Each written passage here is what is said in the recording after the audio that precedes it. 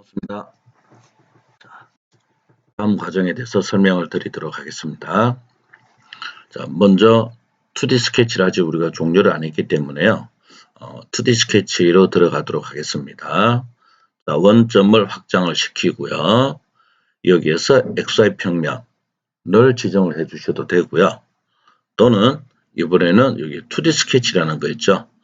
요 명령을 써보도록 하겠습니다. 자, 2D 스케치를 지정한 다음에요. 우리는 XY 평면을 지정하도록 하겠습니다. 자, 그리고 나면 XY 평면에 들어왔다는 의미에서 지금과 같은 좌표축이 나오는데 방향이 현재 우리가 보고 있는 방향에서 약간 등각 아이소메트릭이거든요. 그래서 앞쪽 여기에서 보겠다라는 의미에서 큐브의 요 면을 클릭을 합니다. 그리고 가운데 휠을 더블 클릭 한번 해주세요. 자, 지난 시간에 우리가 직사각형 하고요. 자르기와 연장에 대해서 알아봤는데요. 자, 이 시간에는 못깎기 하고요. 안에 들어있는 못따기 그리고 텍스트에도 보면은 형상 텍스트라는 게 있어요. 그거와 점 이렇게 한번 알아보도록 하겠습니다. 자, 먼저 직사각형이라는 명령을 줘가지고요.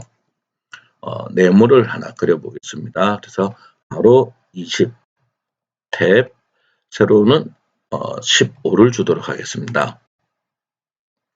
자, 그러면 가로 20, 세로가 15가 되는 직사각형이 완성됐고요. 자, 이 사각형을 두 개를 만들겠습니다. 그럼 같은 거는 항상 복사를 하는 게 좋다고 그랬죠. 그래서 복사 명령을 주고요. 그리고 모두 선택을 하는데 자, 주의할 거는요. 만일에 여러분들이 이렇게 한번 선택하고 다시 한번 더 선택하게 되면 기존에 선택된 것들은 반전이 돼서 취소가 되고요. 나머지만 선택이 됩니다. 그래서 이럴 때 나머지를 선택할 때는 이런 식으로 해서 처음에 선택했던 걸 선택되지 않도록 해주시는 게 좋습니다. 그럼 객체 선택이 끝났으면요. 이번에는 기준점. 그래서 물체 안쪽에 대충 한 점을 클릭을 하고요. 그 다음에 옆으로 가서 클릭을 하겠습니다. 그리고 끝낼 때는 종료 버튼을 눌러도 되고요. 또는 Escape를 눌러주셔도 돼요. 자, 그러면 제일 처음에 있는 이 목깎기라고 하는 것은요, 모서리를 동그랗게 하는 겁니다. 물론 이 목깎기라고 하는 것은, 우리가 목깎기가 없을 경우에는 이렇게 되는 거죠. 예를 들어서 이 모서리를 팔만큼 동그랗게 하고 싶다. 그러면 우리가 임의의 원을 하나 그려주고요. 그 다음에 접선 여기와 여기 접하고, 그 다음에 여기에 반지름이 제가 8이라고 그랬죠. 그러면 오른쪽 버튼 눌러서 치수 유형을 반지름으로 바꿨어요. 그리고 8mm. 자, 그런 다음에 자르기 있죠.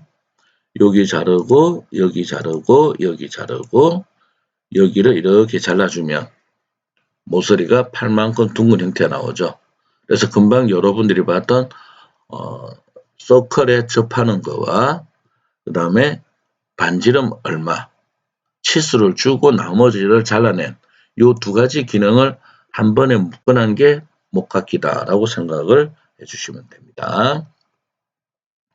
자, 컨트롤 Z에서 취소를 했고요. 자, 그러면 제가 목깎기를 해보겠습니다. 자, 목깎기 했을 때 반지름을 제가 4만 주겠습니다. 자, 직선과 직선을 찍어주면 모서리가 바로 목깎기가 됐죠. 자, 또 선과 선을 찍어 볼게요. 또 목깎기가 됐죠. 자, 그런데 치수가 여기는 있고 여기는 안 들어갔죠. 자, 그 다음에는요, 이 꼭지점을 클릭을 해 주셔도 돼요. 꼭지점. 그러면 지금 현재 수치가 계속해서 안 들어가는 거는 이렇게 등호 부호가 있죠. 등호 부호가 켜져 있을 경우에는 현재 입력되어 있는 이 수치를 똑같이 따라간다는 의미가 돼요. 자, 그러면 수치를 제가 다른 값을 한번 바꿔 보겠습니다. 자, 예를 들어서 6을 줬어요. 그리고 꼭지점을 클릭을 해 볼게요. 이번엔 치수가 들어갔죠. 수치가 바뀌어서 그렇습니다. 여기 가서 또 클릭을 해 볼게요. 이번엔 또 안 들어가죠. 등호 부호가 그랬습니다. 자, 이번에 등호를 꺼 보겠습니다. 끄고 나서 그냥 기존의 수치를 그대로 이용을 해 볼게요. 6mm 들어가고 6mm 들어가고 6mm가 들어가지죠. 자, 그래서 결과적으로 보면 이 목각기에 들어있는 등호부호가 켜졌을 경우에는 치수 하나의 동일한 형태가 만들어지게 되는 거고, 등호부호가 꺼지게 되면 각각의 독립된 치수를 가지게 돼요. 그럼 서로 장단점이 있게 되는데요. 자, 요 4라는 치수를 제가 바꿔보겠습니다. 예를 들어서 3이다. 그러면 3이 적용된 거는 한 번에 다 바뀐다는 거죠. 근데 독립된 치수를 가진 거는 치수를 여러분들이 바꾼다 하더라도 각각의 치수는 따로 갑니다. 지금 요거 같은 경우에는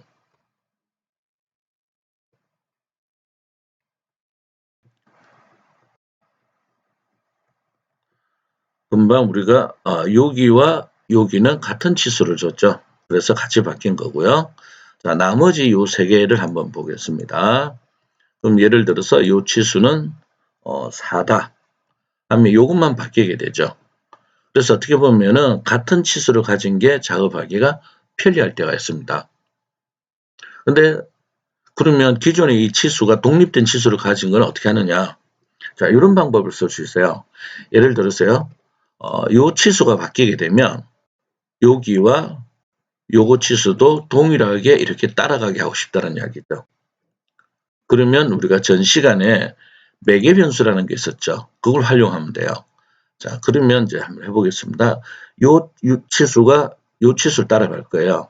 그러면 수정하고자 하는 치수를 더블 클릭하고요. 따라가고자 하는 치수를 클릭을 해주시면 돼요. 그리고 체크하면 자, fx 매개 변수라는 의미입니다. 그래서 4가 됐죠. 또 6도 더블 클릭한 다음 요 4를 지정을 해보겠습니다. 그러면 또 4가 됐죠. 자, 그러면 이 상태에서 수치를 예를 들어서 이제 2를 줘보겠습니다. 그러면 어떻게 되죠? 한 번에 다 2로 바뀌죠. 그래서 등호부호가 켜졌을 때 한 거와 동일한 값을 가져올 수가 있습니다. 그래서 인벤트는 이런 매개 변수를 잘 활용해 주시는 게 좋고요. 자, 그러면 이번에는요. 요 치수 있죠? 요 치수와 요 치수가 같은 치수가 되는데요. 자, 그러면 요거 치수가 바뀌게 되면 요 치수는 항상 요 치수의 절반이 되게 하고 싶은 거예요. 자, 그러면 요 치수를 다시 더블 클릭을 하고요. 요 치수를 따라가는 거죠. 대신에 나누기 2를 해주는 거죠.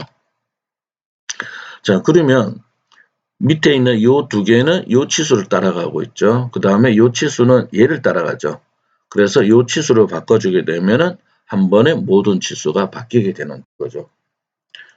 그래서 이런 식으로 매개 변수를 선언해서 쓰다가 만일에 여기와 여기의 관계를 끊고 싶어요. 끊고 싶을 때는 여기를 다시 더블 클릭해서 내가 바꾸고자 하는 치수를 다시 입력을 해주시면 돼요. 그러면은 여기와는 따로 바로 떨어지죠. 이런 식으로 해서 치수를 독립되게 쓸 수도 있고 또는 서로 묶어서 쓸 수도 있게 되는 거죠. 그래서 이 등호부호를 잘 기억해 주시면 좋을 것 같아요. 자, 그리고 참고적으로요. 화면을 제가 약간 밀어놨고요. 선을 두 개만 그려보겠습니다. 이렇게. 자, 두 직선이 평행하게 되면 무한대로 가더라도 안 만나죠. 자, 그런데 인벤트에서 목각기를 통해서 이 두 부분을 연결을 해 주실 수 있어요. 끝부분의 호로. 자, 목각기 해보겠습니다. 자, 그러면 이 간격은 예를 들어서 한 12mm를 줘보겠습니다. 자, 그리고 여기와 여기를 클릭을 해보겠습니다. 그러니까 어떻게 되죠? 좀 멀선이 굉장히 지금 멀리 가버렸는데요. 멀리 가버렸는데 요 반지름이 현재 12가 됐고요. 또 여기와 여기를 클릭을 해주면 우리가 어제 지난 시간에 봤던 슬롯이라는 형태가 그대로 만들어지죠. 그래서 두 직선이 평행하게 되면은 끝에 홀을 만들어 주게 됩니다.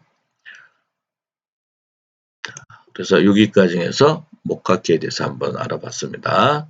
자, 모두 지우겠습니다. 빈 공간, 즉 오른쪽에서 클릭해서 왼쪽으로 지정한 다음에요. 딜리트 키를 눌러주시고 가운데 휠을 더블 클릭합니다. 자, 이번에는 여기에 있는 못따기에 대해서 한번 알아보도록 하겠습니다. 자, 직사각형 가지고요. 아까 동일하게 가로 방향 20, 세로 방향 15를 주겠습니다. 그리고 이번에는 3개를 복사를 하겠습니다. 그러면 복사 명령을 주고요. 모두 지정을 합니다. 다음 기준점은 이미지점을 클릭을 하고요. 옆으로 가면서 클릭을 해볼까요? 3개. 자, 이번에는 종료를 하겠습니다. 자, 그러면 이번에는 여기 들어있는 못따기입니다. 자, 못따기라고 하는 것은 모서리를 각지게 하는 거죠. 그리고 그 형태는 이렇게 3종류가 있습니다. 자, 첫 번째 거는 2개의 거리가 같을 때, 두 번째 거는 2개의 거리가 다를 때, 세 번째는 거리와 각도를 쓰는 겁니다. 그래서 이 3가지는 모두 다 적용을 하게 됩니다. 특히나 축 같은 거 있죠. 축 같은 경우에는 저 3가지 패턴이 다 사용이 된다 이렇게 생각을 하시면 됩니다. 그래서 여러분들이 3학년에 올라가게 되면은요, 뭐 항공 관련 산업기사를 취득할 수도 있고요. 또는 기계 관련 기계설계 산업기사라든지 4학년 때 일반 기계이사라든지 이런 걸 또 볼 수가 있게 되는데요. 주로 둥근 축이 나왔을 때 이 3가지를 다 활용을 하게 됩니다. 자, 그러면 이번에는요, 여기에 보시면은 가로 세로가 그렇죠? 같다라는 게 죄송합니다. 요 모양이 하나 있는데 이게 뭔지 한번 알아보겠습니다. 자, 예를 들어서 거리는 한 6을 제가 줬고요. 그 다음에 이 부분이 있죠. 모양을 보면 꼭 치수기입하는 형태가 되어 있죠. 그래서 얘를 끄고요. 자, 선과 선을 클릭을 해보겠습니다. 자, 그러면 모서리가 하나가 쉽게 날아갔죠. 모서리가 지금처럼 이렇게 날아갔는데요. 자, 치수가 지금 안 들어갔죠. 자, 확인 버튼을 제가 누르겠습니다. 그리고 꼭지점을 자꾸 움직여주면 치수가 현재 들어가지 않았기 때문에요. 지금처럼 형태가 전혀 다른 형태로 이렇게 변형이 되어 버리게 되는 거죠. 자, 그래서 항상 못따기를 할 때는 치수가 자동으로 들어가게 해주는 게 좋아요. 그래서 못따기에서 이 부분 있죠. 이 치수는 꼭 넣어주셔야 돼요. 다음에 등호는 목각기와 똑같습니다. 등호가 켜져 있으면 항상 입력되어 있는 값을 동일하게 따라가는 거죠. 자, 그러면 이제 치수를 우리가 줬고요. 거리를 작게 줄이겠습니다. 4라는 걸 줬고요. 자, 그러면 첫 번째 여기를 두 번째를 제가 클릭을 할게요. 자, 그러면 첫 번째는 4라는 치수가 들어갔고요. 두 번째는 fx 매개 변수가 4가 붙었죠.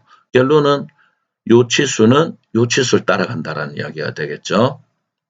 자, 또한 첫 번째 찍은 게 수치를 가지고 두 번째는 따라간다는 이야기죠. 자, 그러면 지금 현재 등호가 켜졌으니까요. 여기와 여기를 클릭을 해 보겠습니다. 그러면은 요 치수와 요 치수는 어떻게 되느냐? 요 치수는 얘를 따라가고 요 치수는 얘를 따라가고 이런 형태가 되는 겁니다. 자, 수치를 바꿔 보겠습니다. 이번에는 5라는 치수를 줘 볼게요. 그러면 이번에는 여기를 먼저 클릭하고 여기를 두 번째로 클릭할 거예요. 그럼 첫 번째는 5가 들어가고 두 번째는 따라가는 치수가 되겠죠. 그럼 여기도 동일하겠죠. 그리고 꼭지점을 클릭을 해줘도 동일하게 한 번에 작업이 됩니다. 자, 그래서 첫 번째 거는 두 개의 거리가 같을 때고요. 자, 이럴 때는 우리가 도면에 표기가 될 때 있죠. 실제로 2D 도면에 표기가 될 때는 여기에서 챔퍼링의 약자 C가 붙고요. 치수가 4가 되니까 4. 도면에서는 이렇게 표현을 합니다. 그리고 최근에는 치수기입하는 방법이 조금 또 달라진 부분이에요. 자, 여기가 4죠, 그쵸? 그리고 이쪽에가 90도고 45도. 이렇게 됐을 때 여기는 직각, 여기는 45도죠, 그쵸? 그래서 4 곱하기 45도 이렇게 출수구입을 해주실 수도 있습니다. 자, 이번에는요, 두 번째 거요. 거리가 서로 다를 때요. 자, 그러면 첫 번째 거리가 5, 두 번째 거리가 2가 되어 있는데 두 번째를 제가 3을 바꿔볼게요. 자, 그러면 첫 번째는 이 직선을 클릭을 할게요. 두 번째는 이 직선을 클릭을 하겠습니다. 그럼 첫 번째는 5, 두 번째는 3이니까요. 첫 번째 선택한 게 5라는 치수를 받고요. 두 번째 선택된 게 3이라는 치수를 받는 거죠. 물론 똑같습니다. 자, 여기를 첫 번째, 두 번째 주면 똑같이 fx가 붙었죠. 이 수치가 바뀌기 전까지는 동일하게 적용이 됩니다. 물론 꼭지점을 클릭했을 때 적용이 똑같이 되고요. 자, 이번에는 세 번째입니다. 거리와 각도. 자, 거리는 5, 각도가 45도일 경우에는 요 가로 세로가 동일하니까 요거와 같은 결과가 나오게 돼요. 그래서 45도 각이 아닐 때만 사용을 해주는 게 낫겠죠. 자, 그래서 이번에는 한 30을 주보도록 하겠습니다. 자, 그러면 첫 번째는 거리가 되고 두 번째는 각도가 되죠. 그러면 첫 번째 선택하는 게 거리 값을 받고요. 두 번째 선택되는 방향으로 각을 가지게 돼요. 그래서 지금 보시는 것처럼 첫 번째 선택한 거에서 5mm가 떨어졌고 두 번째 선택한 방향으로 각도가 30도가 적용이 된 거죠. 자, 다시 볼게요. 자, 첫 번째, 두 번째. 그러면 여기는 거리를 받고 이 방향으로는 각도를 받게 되겠죠. 또 똑같이 꼭지점을 클릭을 해서 적용을 해 보실 수도 있습니다. 그래서 이 챔퍼 못따기라고 하는 것은 물체의 모서리 부분을 가공할 때 주로 많이 활용을 하고요.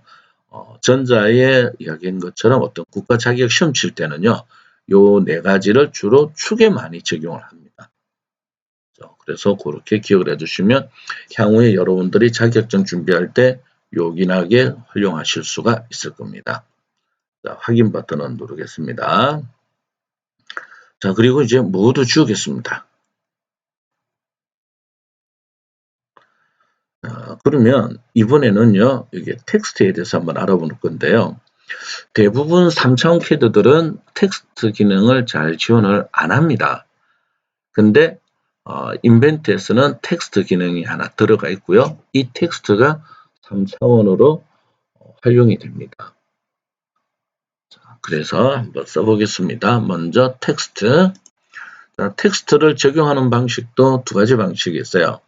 자, 첫 번째는 내가 글자를 적고자 하는 부분을 클릭을 하고요. 쭉 드래그를 하는 거죠. 이렇게. 자, 드래그를 이렇게 해주게 되면 자, 여기에서 여기까지는 글자가 들어가는 문장의 폭이 되고요. 그 다음에 여기서 아래 방향은 이거는 고정된 게 아니고 이거는 계속해서 글자의 양이 많아지면 즉 문단의 수가 많아지면 밑으로 자동으로 계속 내려가고요. 요거는 고정이 됩니다. 요 자체는요. 고정이 되고 계속 움직이게 됩니다.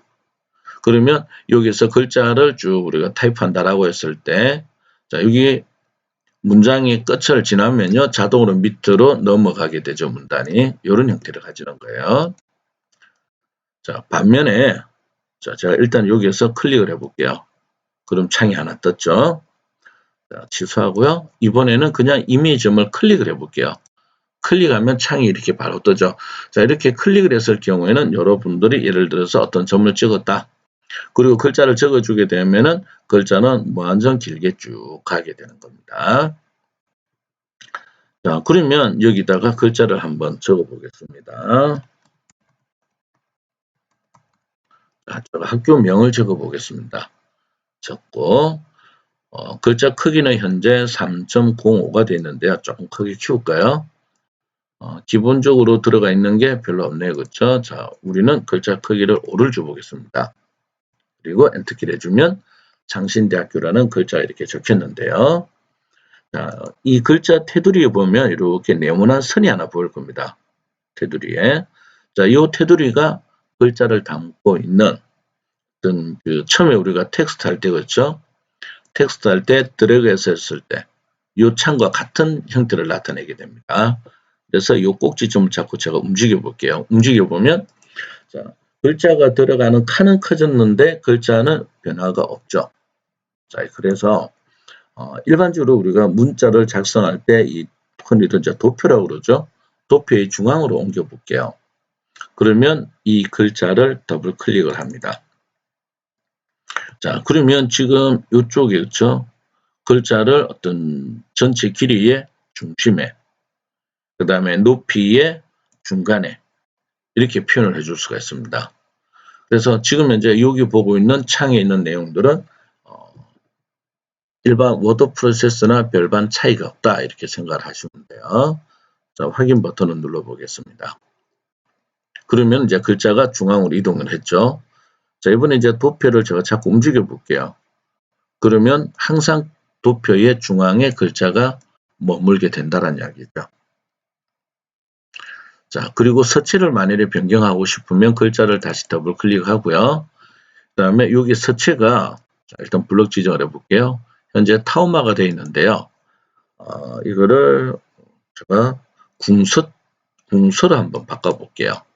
그러면 궁서로 바뀌었죠. 자, 그리고 확인 버튼을 눌러보겠습니다. 그러면 서체가 궁서로 바뀐 걸 볼 수가 있고요. 자, 요거를 제가 3D로 잠깐만 바꿔볼게요. 자, 스케치 마무리 했고요. 그 다음에 큐브에 집을 하나 클릭을 했습니다. 다음에 여기에서 돌출 글자를 선택하면 글자에 돌출되는 값은 한 3 정도만 제가 줘보겠습니다. 자, 확인을 하면 글자가 이렇게 3차원으로 만들어진 것을 볼 수가 있습니다. 그래서 인벤트는 우리가 만든 글자까지도 3차원으로 표현해 줄 수가 있기 때문에요. 다양한 용도로 활용하실 수 있을 겁니다. 일단은 여기는 제가 지우도록 하겠습니다. 자, 편집으로 들어갈 때는요. 마우스 오른쪽 버튼 눌러서 스케치 편집을 하셔도 되고요. 또는 앞쪽에 있는 이 아이콘을 더블 클릭을 하셔도 되고요. 또는 글자를 지정하고 나면 이 자리에 스케치 편집이라는 창이 있죠. 버튼이 있죠. 이 버튼을 클릭을 하셔도 돼요. 자, 그래서 다시 이렇게 들어왔고요. 자, 그런데 예를 들어서 이 글자를 있죠. 이 글자를 특정 점에 대해서 치수 기입을 하고 싶더라. 자, 그러면 원래 우리가 여기가 원점이라고 그랬는데요. 이 원점을 나타내는 점이 사라졌어요. 자, 점이 사라졌을 때는 자, 위에 형상 투영이라는 거 있죠. 형상 투영을 하고 중심점을 클릭을 하겠습니다. 이 자리에. 그러면 사라졌던 원점이 다시 나왔어요. 자, 이제 이 글자의 중심이 있으면 서로 치수를 줄 수가 있게 되겠죠. 자, 그래서 이 글자 있죠? 글자에서 마우스 오른쪽 버튼을 눌러볼게요. 여기 보면 텍스트 상자라는 게 있어요. 체크되어 있는데요. 이 체크를 꺼보겠습니다. 체크를 끈다는 것은 이 텍스트 상자를 한 번 더 선택한다는 의미가 됩니다. 자, 그러고 나면 좀 색깔이 좀 표가 잘 안 나는데요. 가운데 점이 하나 만들어졌죠. 자, 그러면 제가 치수를 줘보겠습니다. 요 점에서 여기 전까지 치수를 예를 들어서 40이다. 너무 크겠네요. 그렇죠? 20을 줘보겠습니다. 그리고 요 점과 요 점의 치수는 예를 들어서 5mm다. 자, 이렇게 해주면은 글자가 완전하게 구속이 된 것을 볼 수가 있을 거예요. 그러면 이 글자를 조정하던 사각형은 마우스를 살짝 올려보면 이렇게 초록색 점으로 바뀌었죠. 그래서 이 초록색 점을 자꾸 움직여주면 동일하게 또 이렇게 적용이 됩니다. 그래서 이런 식으로 해서 글자를 쉽게 또 작성을 해줄 수가 있습니다. 자, 다시 한번 해보겠습니다. 모두 지우고요. 자, 이번에는 홀을 한번 클릭을 해볼게요. 자, 그리고 나서 텍스트에 보면 형상 텍스트라는 거 있죠. 자, 형상 텍스트를 해서 요 곡선을 한번 클릭을 해봅니다. 지금과 같은 창이 하나 떴을 건데요. 자, 여기다 또 글자를 한번 적어 보겠습니다.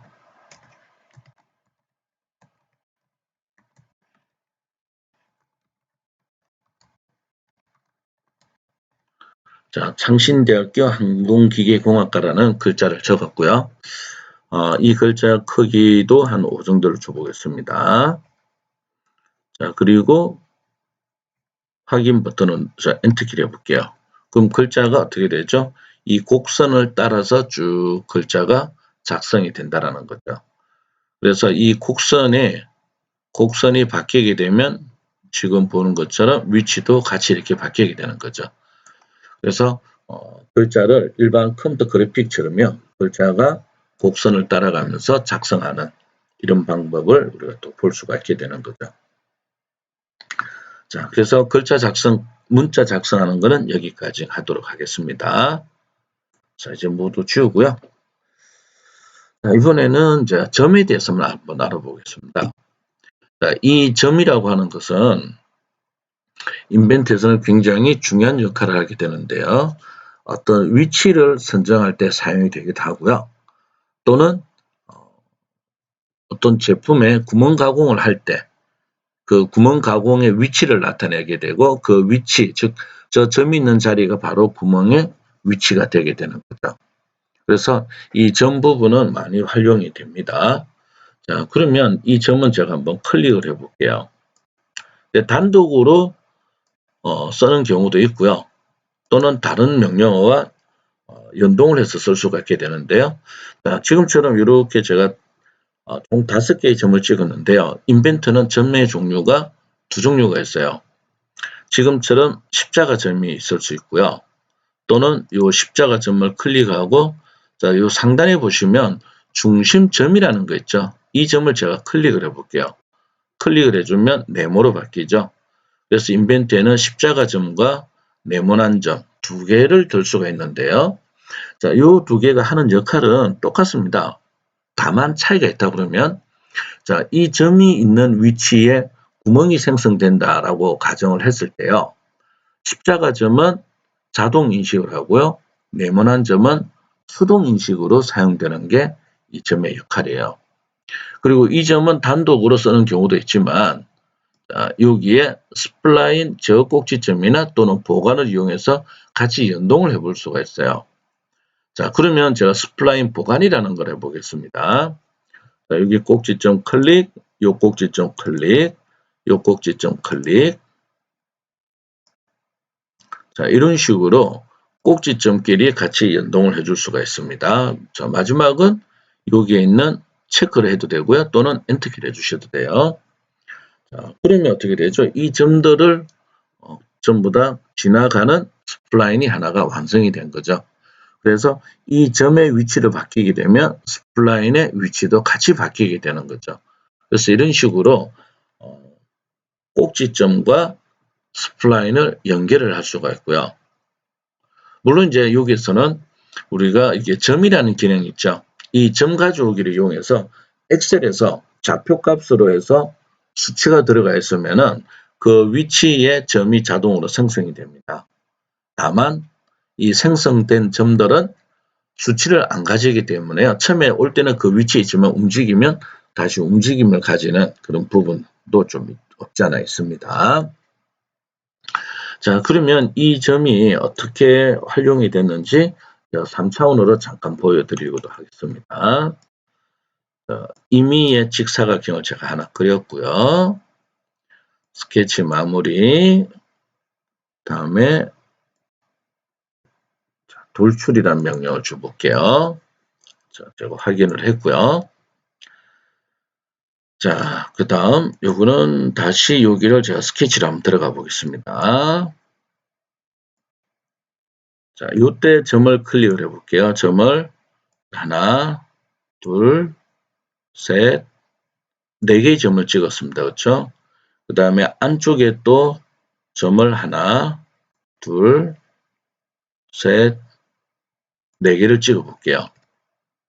자, 그런 다음에 안쪽에 있는 요 점 2개 있죠? 요거 두 개와 아래에 있는 점 두 개는 다시 여기를 클릭을 해서 네모난 점으로 변경을 했어요. 자, 스케치 마무리했고 큐브의 집 모양. 자, 여기에서 구멍이란 명령을 제가 줘볼게요. 자, 여러분들이 보시는 것처럼 어떻게 돼요? 이 십자가 점은 다 자동 인식을 해서 구멍이 났죠. 그렇죠? 대신에 이 네모난 점이 있죠. 여기는 우리가 클릭을 해줘야만이 구멍으로서의 어떤 표현이 가능하다는 얘기죠. 그래서 십자가 점은 자동 인식, 네모난 점은 수동 인식으로 작업이 된다. 이렇게 여러분들이 기억을 해 두시면 될 것 같습니다. 자, 그래서 어떤 점의 역할에 대해서 한번 알아봤고요. 자, 요거는 제가 삭제를 하겠습니다. 자, 여기도 삭제를 하는데요. 요거 삭제할 때 요 스케치 및 스케치 피처라는 거 있죠. 사용된 스케치 및 피처 이게 체크되어 있으면 자 3차원으로 만들어진 걸 우리가 피처라고 그러고요. 그 피처를 생성하기 전에 그렸던 걸 스케치라고 그러는데요. 이걸 체크됐으면 다 준다는 의미가 되고요. 체크를 끄게 되면 피처만 삭제가 되고 스케치는 남아있게 되는 겁니다. 지금 보시는 것처럼요. 자, 이 스케치를 더블 클릭해서 편집으로 들어가고요. 다시 정면에서 본 모양으로 이렇게 바꿔본 겁니다.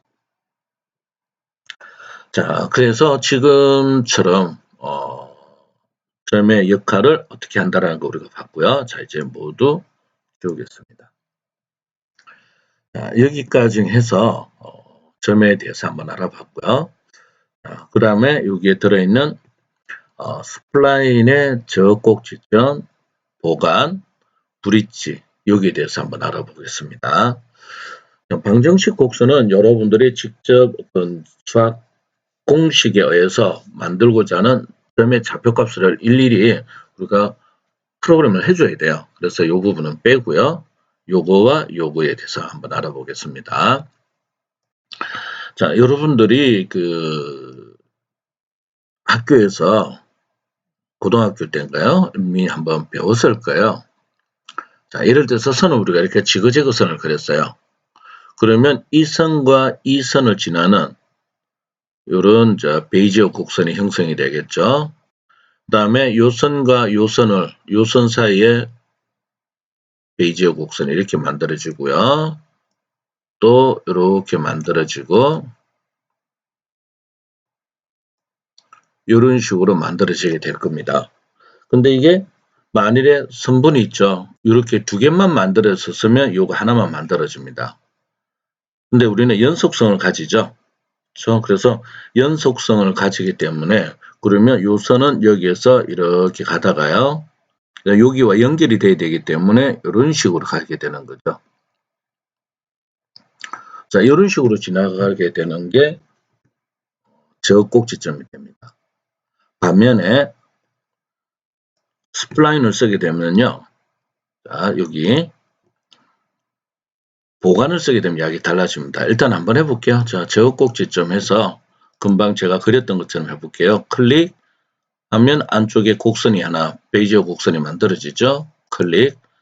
그 다음에 위로 가면요. 이쪽에 관련된 거 하나 만들어지게 되고 이렇게 가면 또 이런 형태가 만들어지게 되겠죠. 그래서 연속해서 몇 가지를 클릭을 해주게 되면 자, 엔터키 하겠습니다. 그래서 저 꼭지점이라는 게 만들어졌고요. 자, 이 꼭지점을 제가 자꾸 움직여주면 안에 들어있는 이 곡선의 어떤 부드러움 정도가 달라지는 걸 볼 수가 있게 되겠죠. 자, 반면에요. 이번에는 보관이라는 걸 해보겠습니다. 스플라인. 자, 보관은 우리가 찍었던 점을 전부 다 통과한다는 거. 금방 꼭지점에서 점을 찍어놨고 우리가 봤던 내용과 유사하죠. 그렇죠? 자, 이렇게 하고 엔터키를 해볼게요. 자, 그러면 지금 우리가 육안상 봤을 때 위에 있는 저 꼭지점은 요 선분과 선분에 접하는 베이지어 곡선이 만들어지고 요거는 이 점을 보관은 점을 모두 다 이렇게 통과를 하고 있는 거죠. 그래서 스플라인이라고 하는 것은 주로 제품 설계, 그러니까 제품 디자인이 있죠. 우리가 일상생활에서는 이런 제품 디자인 쪽에 많이 활용이 된다라고 우리가 생각을 해볼 수가 있는데요. 자, 여기에서요. 이 점들은 편집이 돼요. 자, 지금 저 꼭지점 같은 경우에는 편집하는 기능이 없습니다. 근데 여기는 있다는 이야기죠. 그래서 지금 보면 길게 선이 늘어진 게 보이죠? 이걸 우리가 보타이라고 그래요. 자, 그러면 이 보타이 꼭지점을 잡고 움직여보면 지금은 안 움직이죠? 활성화가 안 돼서 그래요. 자, 그러면 예를 들어서 여기로 활성화하고 싶다. 그럼 마우스 오른쪽 버튼을 눌러볼게요. 그럼 여기 핸들 활성화라는 거 있죠? 활성화. 자, 그러고 나면 이 점을 자꾸 움직여주면 이 부분이 이렇게 변형이 되죠. 그래서 보타이의 길이가 길어질수록 곡선도 옆에 접하는 게 길어지고 줄어들면 얘도 이렇게 줄어들죠. 그럼 여기도 마찬가지죠. 또 오른쪽 버튼 눌러서 핸들 활성화. 그리고 이 점을 자꾸 움직여주면 다시 형태가 이렇게 변형이 되죠. 그래서 보관을 썼을 경우에는 여러분들이 형태를 직접 제어를 할 수가 있다는 이야기죠. 그래서 지금과 같은 이 두 가지 기능은 자동차의 본닛이나 또는 항공기의 어떤 날개 같은 거 있죠. 그런 거 디자인할 때 아주 요긴하게 쓸 수 있다. 이렇게 생각을 해주시면 될 것 같아요. 자, 그럼 다시 여기 스플라인 가지고요. 모양을 제가 이런 모양을 하나 만들어 볼게요. 그리고 또 맞은편에 모양을 하나 더 만들어 보겠습니다. 자, 예를 들어서 이렇게 모양을 만들었는데요. 두 개의 모양을 만들고 나서요. 요 두 개를 서로 연결하는 거 있죠. 이런 모양을 만들고 싶은데 그냥은 우리가 스플라인 가지고 이런 식으로 많이 했다. 그러면 이 두 개는 부드럽게 연결이 안 된 겁니다. 자, 그랬을 때 쓰는 게 스플라인에 보면 브릿지 곡선이라는 거 있죠. 그래서 브릿지 곡선을 해서 여기와 여기를 클릭을 해줘요. 그러면 이 두 개가 같이 연결이 되면서 이 모양이 바뀌죠. 바뀔 수밖에 없는 게 요 선, 요 선, 요 선이 한 번에 같이 그려진 것처럼 연결이 되기 때문에 이 형태가 바뀔 수밖에 없는 거죠. 근데 금방 자 여기를 클릭을 해볼게요. 이런 모양이 잠깐 나타났는데요. 지금 보면 요 모양과 요 모양이 똑같죠, 그렇죠? 결론은 스플라인을 우리가 그려놨고 나서요. G2 곡선을 한 거와 같은 거죠. 자, 제가 다시 해볼게요. 자, 브릿지 곡선 대신에 스플라인 보관을 한 다음에요. 제가 여기와 뭐 대충 이렇게 한번 찍어 볼게요.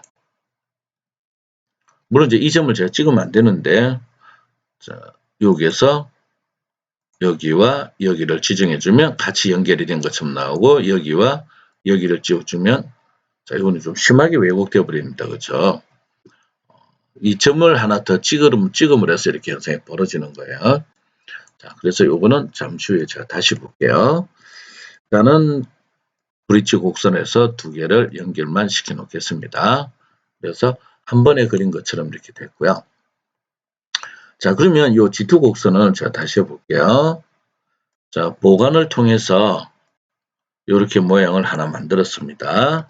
특히 그 다음에 이번에는요, 여기에서 또 하나, 둘, 이렇게 연결을 한 거죠. 근데 지금 작성된 스플라인 있죠? 여기와 여기가 연결이 애매하게 되어 있죠. 그렇죠? 자, 그럴 때 G2 곡선을 쓰는 겁니다.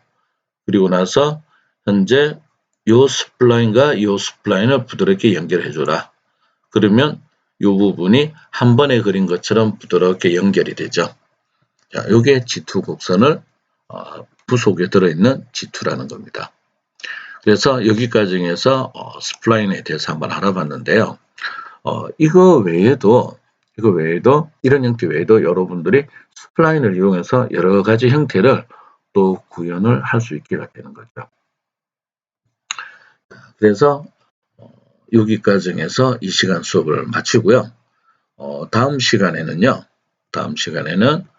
여기에 들어있는 이동이라든지 축적, 늘리기, 간격 띄우기, 분할, 회전 요 순서로 해서 명령어 설명을 할 건데요. 특히나 간격 띄우기라는 거 하고요.